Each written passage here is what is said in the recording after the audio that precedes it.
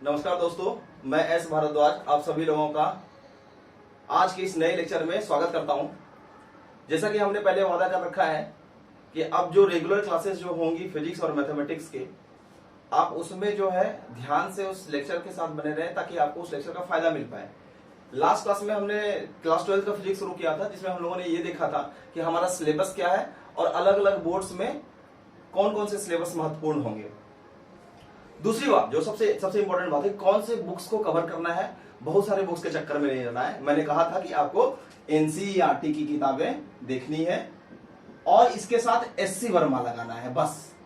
इसके बाद अगर आपने प्रीवियस ईयर लगा लिया तो ये मोर देन इनफ है, मोर देन सफिशिएंट है।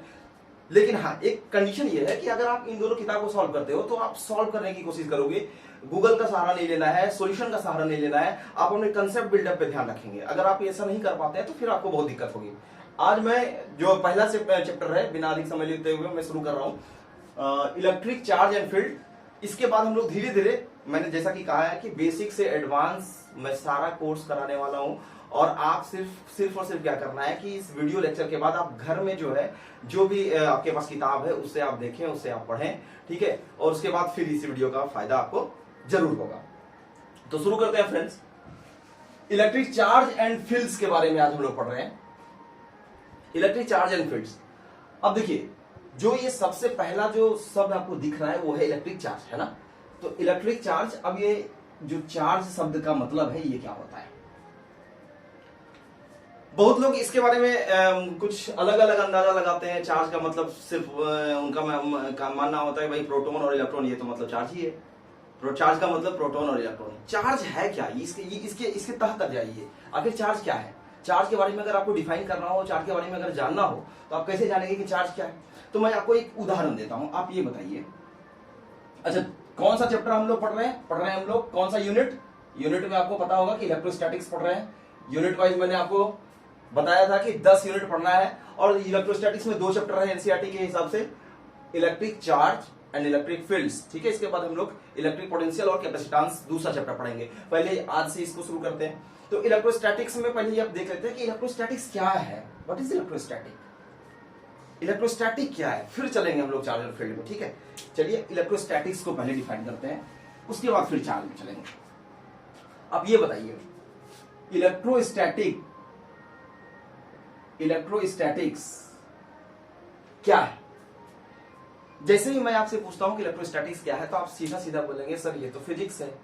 ठीक है भाई, फिजिक्स है। फिजिक्स का क्या है, तो फिजिक्स का ब्रांच है। फिजिक्स का क्या है, ब्रांच है। ये ब्रांच ऑफ फिजिक्स है, ब्रांच ऑफ फिजिक्स है, जिसमें हम लोग क्या पढ़ेंगे, चार्ज के बारे में स्टडी करेंगे।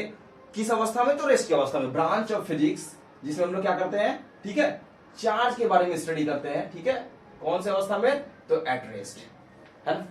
यानी ये कह सकते हैं कि इलेक्ट्रोस्टैटिक्स क्या है, it is a branch of physics in which we study about the charges at rest. यानी चार्ज को हम रेस्ट की अवस्था में फिजिक्स के जिस हिस्से में पढ़ेंगे उसको हम लोग इलेक्ट्रोस्टैटिक्स बोलेंगे।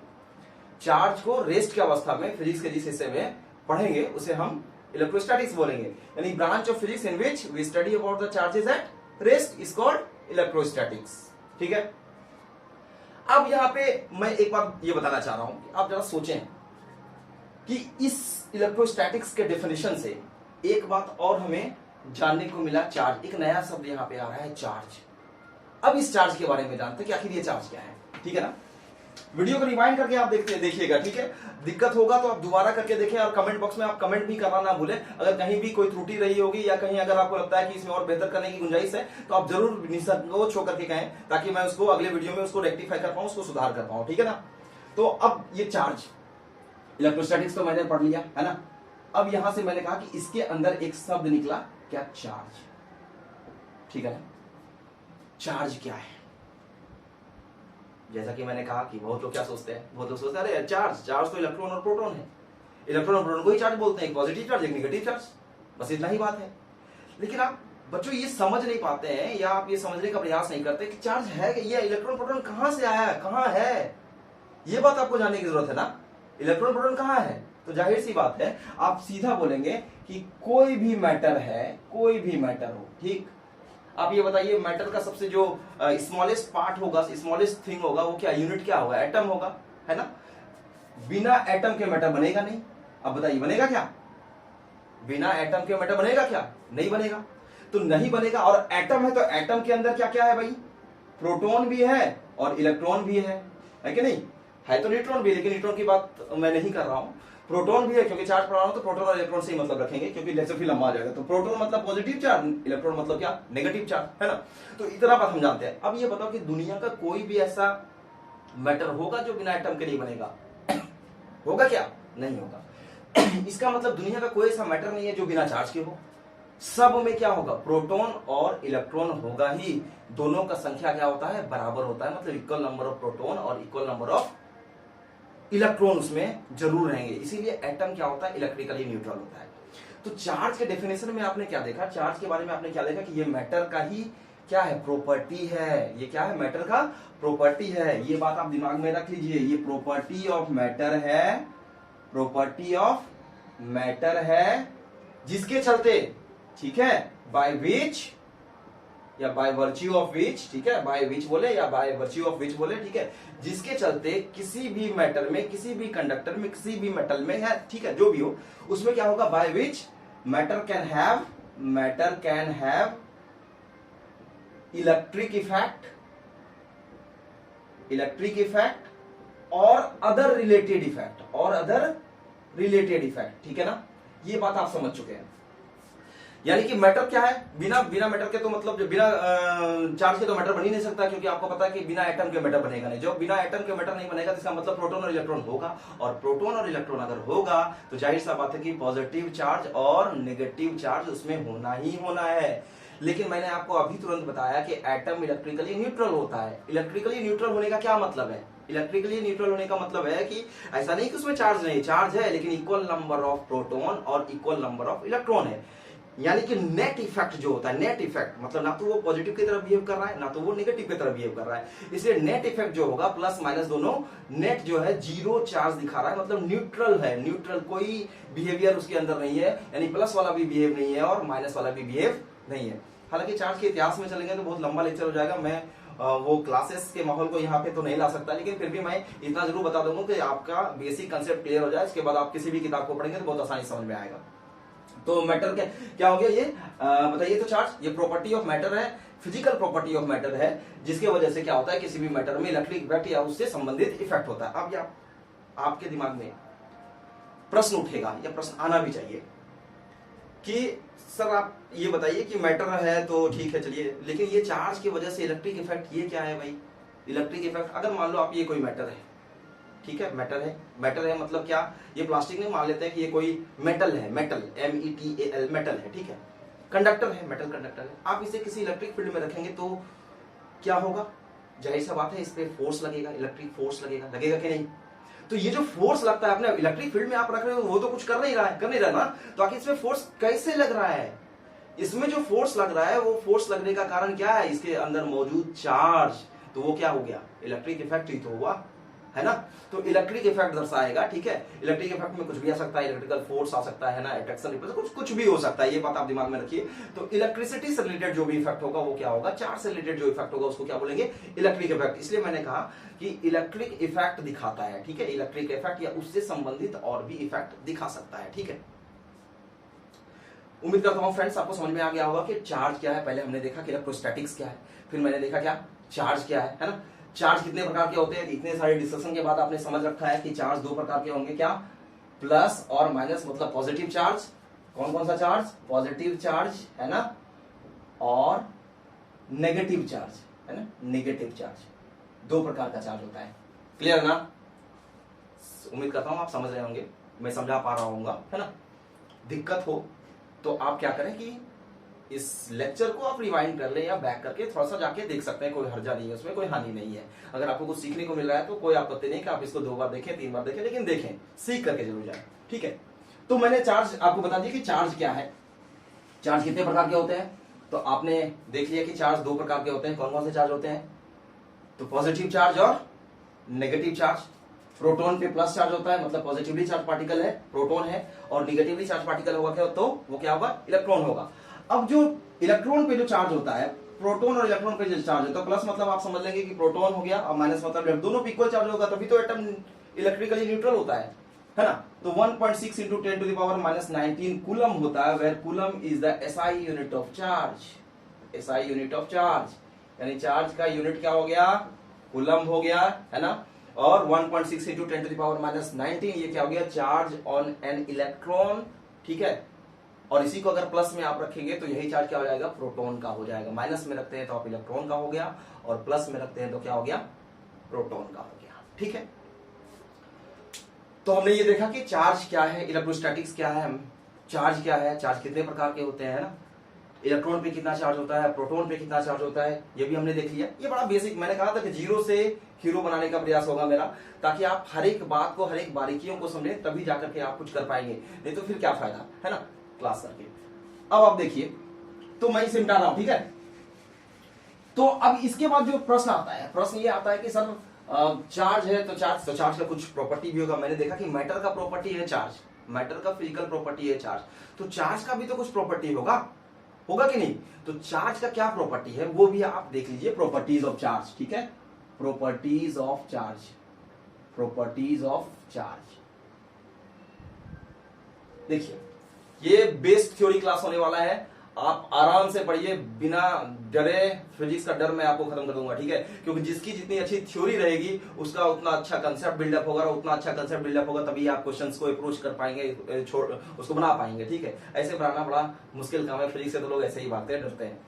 तो प्रॉपर्टीज ऑफ चार्ज, तो प्रॉपर्टीज ऑफ चार्ज में आप ये बताइए, मैंने आपको कहा कि मान लीजिए कोई एटम है, इसमें अगर मान लेते 5 इलेक्ट्रॉन है तो 5 क्या होगा, 5 इलेक्ट्रॉन है तो 5 प्रोटॉन भी होगा कि नहीं। और कुल मिला के जो है इलेक्ट्रिकली क्या हो गया, न्यूट्रल हो गया, है ना, इलेक्ट्रिकली न्यूट्रल हो गया। इस पे कोई किसी भी तरह का बिहेवियर नहीं दिखा रहा है, ना तो पॉजिटिव बिहेवियर दिखा रहा है, ना तो नेगेटिव बिहेवियर दिखा रहा है। इसका मतलब चार्ज को जोड़ा जा सकता है, चार्ज को क्या कर सकता है, जोड़ा जा सकता है। क्लास 10 में आपने पढ़ा था कि जो लाइक चार्ज है, लाइक चार्ज एक तरह का चार्ज आपस में क्या होगा, रिपेल करता है, रिपेल ईच अदर, है ना। एक तरह का चार्ज क्या होगा, एक जैसा चार्ज, चाहे 2 प्लस हो 2 माइनस हो, मान के चलिए प्लस प्लस क्या होगा, रिपल्सन होगा, है ना, और प्लस माइनस क्या होगा, तो अट्रैक्शन होगा। Like charges repel each other और unlike charges attract each other. दूसरा मैंने आपको क्या कहा, ये 2 प्रॉपर्टी आपने देख लिया, ठीक है। दूसरा मैंने कहा कि आप चार्ज को हम जोड़ सकते हैं, charge is additive, charge is additive, ठीक है, चार्ज को जोड़ा जा सकता है, ठीक है।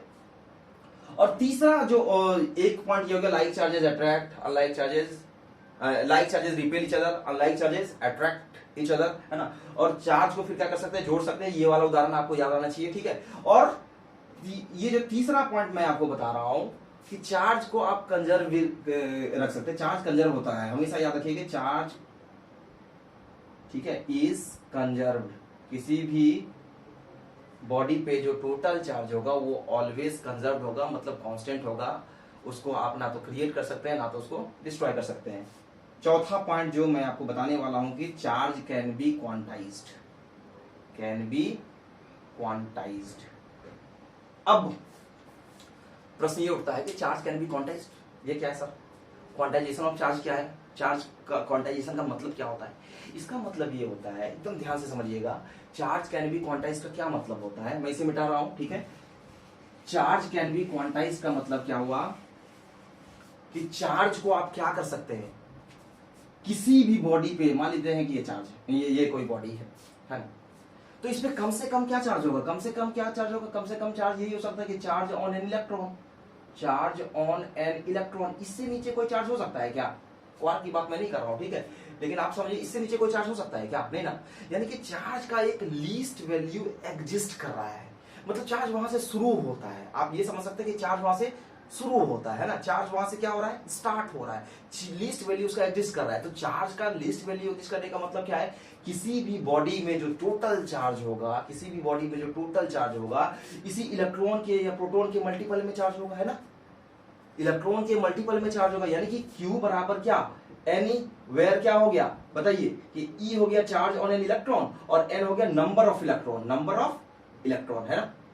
तो ये है क्वांटाइजेशन ऑफ चार्ज, ये क्या है, क्वांटाइजेशन ऑफ चार्ज। यानी किसी भी वस्तु में जो चार्ज होगा वो चार्ज क्या होगा, इलेक्ट्रॉन के इंटीग्रल मल्टीपल। इंटीग्रल मतलब क्या, इंटीजर वाला मल्टीपल। इंटीग्रल मतलब क्या, फ्रैक्शन में नहीं हो सकता, क्योंकि फर्दर ऐसा नहीं कह सकते हैं कि इसमें आधा इलेक्ट्रॉन है, इसमें 5/3 इलेक्ट्रॉन है, 5/3 इलेक्ट्रॉन है, ऐसा नहीं कह सकते हैं। ठीक है, यही है क्वांटाइजेशन ऑफ चार्ज कि चार्ज का लीस्ट वैल्यू, वहां से चार्ज स्टार्ट होता है। ठीक है, चार्ज का लीस्ट वैल्यू एग्जिस्ट करता है, उसको क्वांटाइज किया जा सकता है, उसको हम लोग बोलते हैं क्वांटाइजेशन ऑफ चार्ज। इसको आप दूसरे शब्दों में अगर समझना चाहें तो दूसरे शब्दों में समझने का क्या तरीका है कि अगर आप चार्ज के बारे में जानना चाहते हैं, अगर आप चार्ज के बारे में जानना चाहते हैं, क्वांटाइजेशन ऑफ चार्ज के बारे में जानना चाहते हैं, तो इसको आप ट्रांसफर ऑफ चार्ज से समझिए। ट्रांसफर ऑफ चार्ज से समझने का क्या मतलब होता है, मैंने कहा Q बराबर एन ई, वेयर एन क्या है, एन नंबर ऑफ इलेक्ट्रॉन, और एन हमेशा क्या होगा, इंटीजर होगा। इंटीजर मतलब पूर्ण अंक होगा, पूर्णांक होगा, फ्रैक्शन में नहीं होगा। याद रखिएगा कि किसी भी बॉडी पे जो चार्ज होगा वो कभी भी फ्रैक्शन में नहीं होगा। फ्रैक्शन में नहीं होगा मतलब क्या, फ्रैक्शन ऑफ इलेक्ट्रॉन में नहीं होगा। ठीक है, 1 इलेक्ट्रॉन होगा, 2 इलेक्ट्रॉन होगा, 5 इलेक्ट्रॉन, 1 करोड़ इलेक्ट्रॉन होगा, 5 अरब इलेक्ट्रॉन होगा, कुछ भी हो सकता है।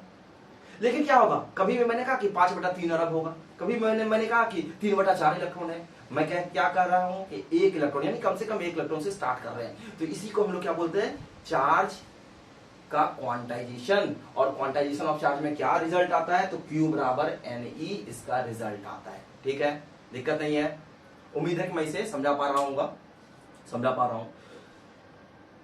तो आपने क्या सीखा, क्वांटाइजेशन ऑफ चार्ज क्या है। अभी मैं बात कर रहा था, इसको आप एक और तरीके से समझ सकते हैं। जैसे कि मान लीजिए अगर ये एक डस्टर है ना, आप ये देखिए, ये एक और मतलब वस्तु है, ये दूसरा वस्तु। अगर इससे चार्ज को इसमें जाना है, इससे चार्ज को इसमें जाना है, तो कभी हम कह सकते हैं कि इसका ट्रांसफर इसमें होगा, तो 5 ऐसा करते हैं, आधा इलेक्ट्रॉन इसमें दे देते हैं और 5 इलेक्ट्रॉन इसमें दे देते हैं। ऐसा हो सकता है क्या, नहीं, 5 इलेक्ट्रॉन तो हो सकता है, लेकिन आधा इलेक्ट्रॉन इसमें जा सकता है क्या, 3/4 इलेक्ट्रॉन जा सकता है। इलेक्ट्रॉन को फर्दर उससे नीचे चार्ज क्या लेंगे, संभव नहीं है। तो ये हो गया, charge can be quantized, charge का क्वांटाइजेशन पॉसिबल है। और साथ ही साथ मैंने ये भी बता दिया कि इससे क्या रिजल्ट आता है, तो Q बराबर हो गया total charge on a body, और N क्या हो गया, number of electron on a body, मतलब कितना नंबर ऑफ इलेक्ट्रॉन होगा। N कैन बी, N क्या है, N is always an integer, it will be always an integer, and E is the charge on an electron, which is 1.6 into 10 to the power minus 19 coulomb. I have told you earlier that the charge on an electron and the charge on a proton is always equal, but the nature of both the charges will be opposite to each other. One will be positive and other will be negative. Then positive or negative means what? That is why I have told you that atom is electrically neutral. So electrically neutral क्यों होता है? Why it is electrically neutral? It is all because of the number of electrons and number of protons, which remains always equal in any atom, and that is why the net effect of the charge on that particular atom is 0. That is why we used to say that atom is electrically neutral. Are you getting? उम्मीद कर रहे हैं आप समझ रहे होंगे। अब जो मैं बताने वाला हूं, आप ये बात आप समझ लो। नंबर ऑफ इलेक्ट्रॉन के बारे में मैंने बता दिया, Q बराबर एनी बता दिया, तो रिजल्ट यहां से आपको ये याद रखना है कि Q बराबर एनी क्या होता है, ये क्वांटाइजेशन ऑफ चार्ज से आया था। इसी में मैंने आपको एक बात बताया कि charge is conserved, charge is conserved, यानी कि इसका मतलब हो गया कि चार्ज का कंजर्वेशन पॉसिबल है, वो कांस्टेंट होता है। किसी भी बॉडी में जो टोटल चार्ज होगा, टोटल चार्ज वो क्या होगा, कांस्टेंट होगा। इसको बोलते हैं principle of conservation of charge, principle of conservation of charge, conservation of charge, इसको क्या बोलते हैं, principle of conservation of charge. इसका मतलब क्या हो गया कि किसी भी बॉडी पे जो टोटल चार्ज होगा, the total charge in an isolated system, isolated system मतलब जहां पे सारा फोर्स लग करके 0 हो जाता है। ठीक है, नेट फोर्स जो होता है, net external force will be 0।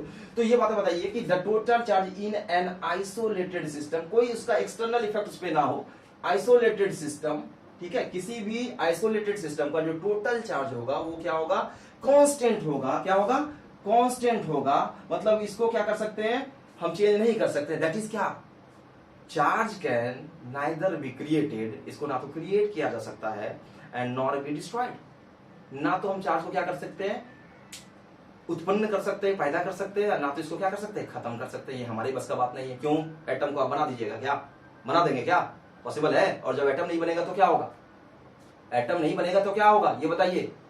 तो एटम को जब क्रिएट नहीं कर सकते हैं तो इलेक्ट्रॉन को भी क्रिएट नहीं कर सकते हैं, प्रोटॉन को भी क्रिएट नहीं कर सकते, यानी चार्ज को क्रिएट नहीं कर सकते। तो चार्ज को जब आप क्रिएट नहीं कर पा रहे हैं तो इसका मतलब साफ हो गया कि आप मतलब प्रोटॉन इलेक्ट्रॉन को क्रिएट नहीं कर पा रहे हैं। इसीलिए चार्ज को ना तो क्रिएट किया जा सकता है, ना तो इसको डिस्ट्रॉय किया जा सकता, खत्म भी नहीं किया जा सकता है। क्या कर सकते हैं ज्यादा ज्यादा, भाई एक बॉडी है दूसरा बॉडी है, दोनों बॉडी में म्यूचुअल ट्रांसफर ऑफ इलेक्ट्रॉन्स या म्यूचुअल ट्रांसफर ऑफ प्रोटॉन कर सकते हैं ना। चार्ज को सिर्फ ट्रांसफर किया जा सकता है, यानी क्या, charge can neither be created nor be destroyed, it can only be transferred from one body to another body. समझ में आ गया फ्रेंड्स?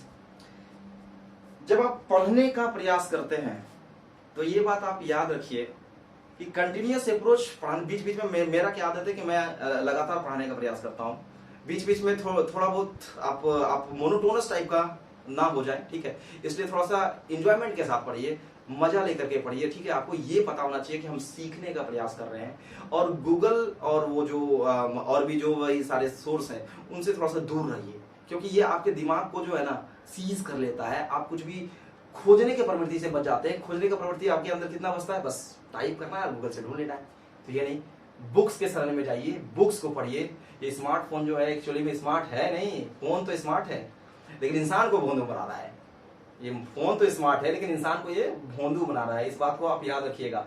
कभी भी ये नहीं सोचना है कि इस फोन से आप सब कुछ कर सकते हैं। फोन ने तो आपको, आपके दिमाग को सीज कर लिया है, आप तो यूज नहीं कर पा रहे हैं उसका। फोन तो स्मार्ट है लेकिन आप क्या कर रहे हो, आप जो है भोंदू बनते जा रहे हो। फिर कभी इस पर चर्चा करेंगे।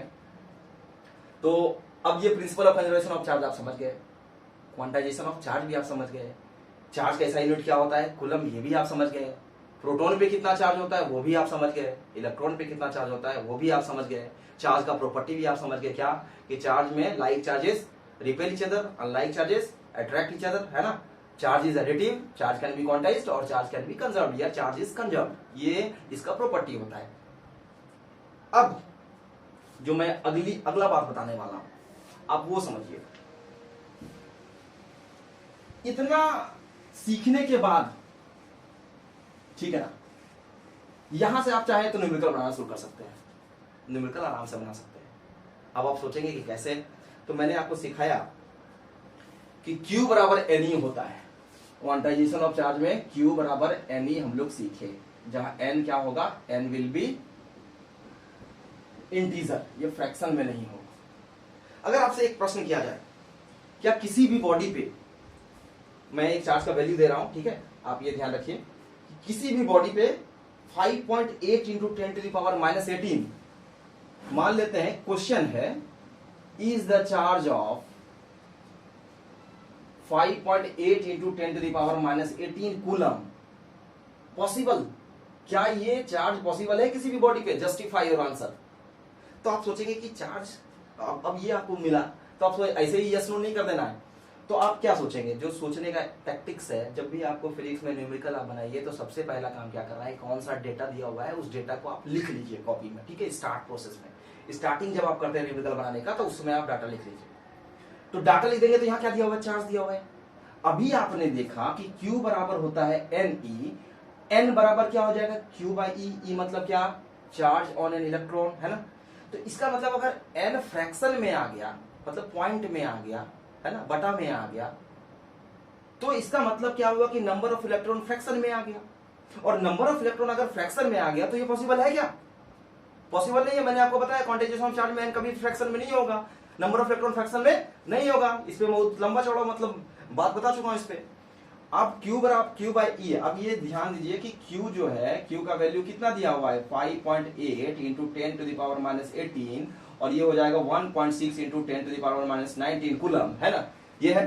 तो आप ये बताइए कि इनको अगर आप सॉल्व करते हैं तो ये लगभग आ जाएगा 36.25, ठीक है, ये ऑलमोस्ट आप देख लीजिएगा कितना आ रहा है। तो आप ये बताइए फ्रैक्शन है या इंटीजर है, तो आप फटाक से बोलेंगे सर ये तो फ्रैक्शन है, 36.25 फ्रैक्शन। तो ये जब फ्रैक्शन आ गया यानी n बराबर क्या आ गया, फ्रैक्शन, जबकि आना क्या चाहिए था, इंटीजर। तो इंटीजर तो आया नहीं, और जब इंटीजर नहीं आया इसका मतलब इतना चार्ज किसी भी बॉडी में पॉसिबल नहीं है, क्योंकि n कभी भी फ्रैक्शन में नहीं होगा, इलेक्ट्रॉन कभी भी फ्रैक्शन में नहीं होगा, और जब ये नहीं हुआ तो इतना चार्ज किसी भी बॉडी में पॉसिबल नहीं है, ठीक है, दिक्कत नहीं है। अब इस प्रकार के एक दो क्वेश्चंस को और देखते हैं। चार्ज का यूनिट आपने क्या देखा, चार्ज का यूनिट आपने देखा कि चार्ज का यूनिट कूलम होता है, चार्ज का यूनिट क्या होता है, कूलम होता है ना। अब आपसे ये पूछा जाए, आपके एनसीईआरटी में भी ये क्वेश्चन है कि 1 कूलम चार्ज बड़ा है या चार्ज ऑन एन इलेक्ट्रॉन बड़ा है। 1 कूलम चार्ज बड़ा है, ये ग्रेटर देन का साइन मैंने लिखा है, या चार्ज ऑन एन इलेक्ट्रॉन बड़ा है। अगर आप सोचेंगे आपको लगेगा कि ऐसा ही यूनिट तो कूलम भी होता है, पता नहीं इलेक्ट्रॉन बड़ा है या नहीं है। भाई निकाल लेते हैं ना कि 1 कूलम चार्ज में कितना इलेक्ट्रॉन, यानी एन निकालना है ना। तो आप देखिए 1 कूलम चार्ज बड़ा है या 1 इलेक्ट्रॉन पे जो चार्ज है, यानी 1.6 इंटू 10⁻⁻19 कूलम, ये बड़ा है। देख लेते हैं क्यू बराबर क्या होता है, एन। खोज लेते हैं कि 1 कूलम चार्ज में कितना इलेक्ट्रॉन। तो एन बराबर क्या हो जाएगा, क्यू बाई एन के, ये क्यू के जगह हम क्या रखेंगे, 1 कूलम रखेंगे, है ना। और ई हो गया 1.6 इंटू 10⁻⁻19 कूलम, कोई दिक्कत। और ये आ जाएगा लगभग 6.25 इंटू 10⁻18। ये आपका नंबर ऑफ इलेक्ट्रॉन है, नंबर ऑफ इलेक्ट्रॉन है। इसका मतलब क्या हुआ कि 1 कूलम चार्ज में इतना इलेक्ट्रॉन।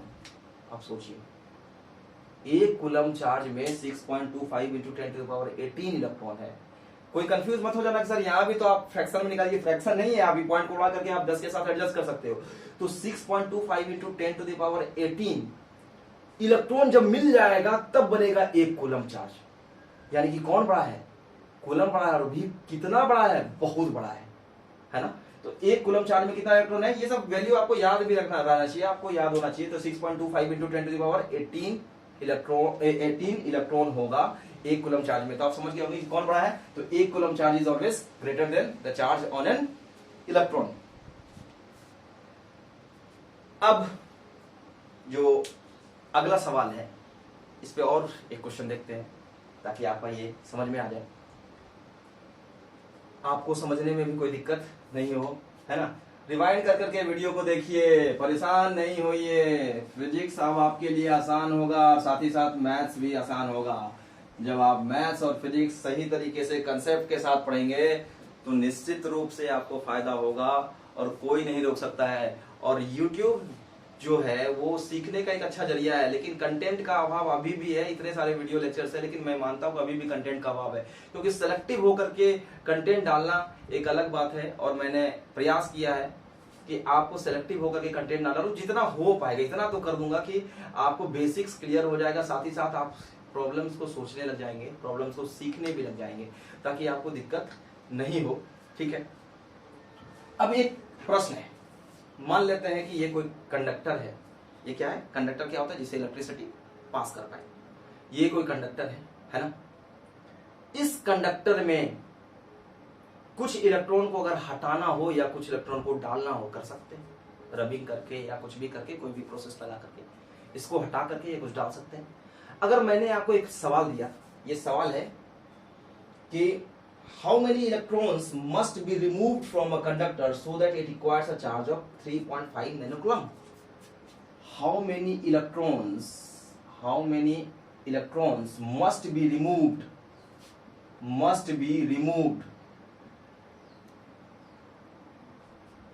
from the conductor, किसी कंडक्टर से आप कितना इलेक्ट्रॉन हटा दें, must be removed from the conductor so that it acquires a charge of 3.5 nanocoulomb, so that it acquires a charge